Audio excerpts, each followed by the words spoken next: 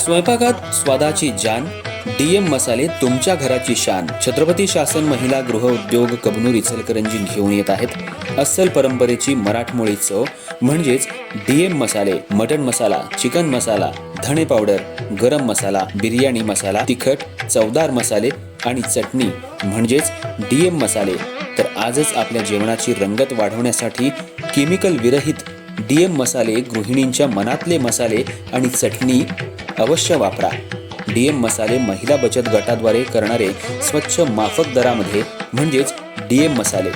संपर्क दिव्याताई मगदूम, मोबाईल 91 30 80 22 55.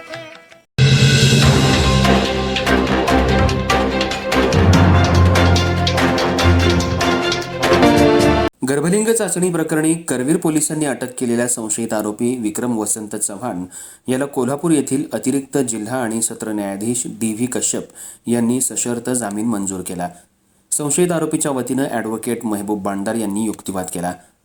गुप्त माहितीच्या आधारे शाहूवाडी विभाग कोल्हापूर DYSP यांनी दिलेल्या निर्देशानुसार दिनांक 24 नोव्हेंबर 2025 रोजी तालुका आरोग्य अधिकारी आणि त्यांच्या पथकानं दुपारी 1च्या दरम्यान बालिंगा इथल्या सरस्वती महिपती पार्क इथं एका बंगल्यावर छापा टाकला.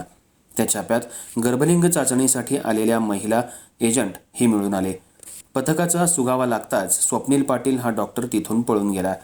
त्या संदर्भातली फिर्याद डॉक्टर उत्तम मोहन मदने, तालुका आरोग्य अधिकारी करवीर यांनी करवीर पोलीस स्टेशनमध्ये 25 नोव्हेंबर 2025 रोजी दाखल केली.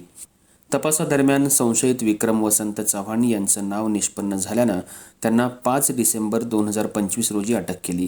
चव्हाण यास जामीन मिळण्याबाबत त्यांनी त्यांचे वकील महबूब बांडार यांचे मार्फत कोल्हापूर इथल्या जिल्हा न्यायालयात जामीन अर्ज दाखल केला. जामीन अर्जाच्या युक्तिवादावेळी ज्या महिलेचा जबाब नोंदवला आणि त्याच्या आधारे संशयित चव्हाण यांना अटक केली तो जबाब संदिग्ध आहे.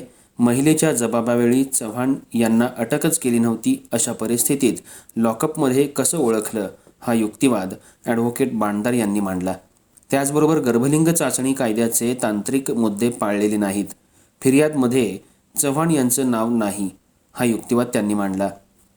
हा युक्तिवाद ग्राह्य धरून न्यायालयानं चव्हाण यांची 25,000 रुपयांच्या योग्य आणि लायक जामीन आणि 50,000चा वैयक्तिक बंधपत्र या अटीवर जामीन मंजूर केला.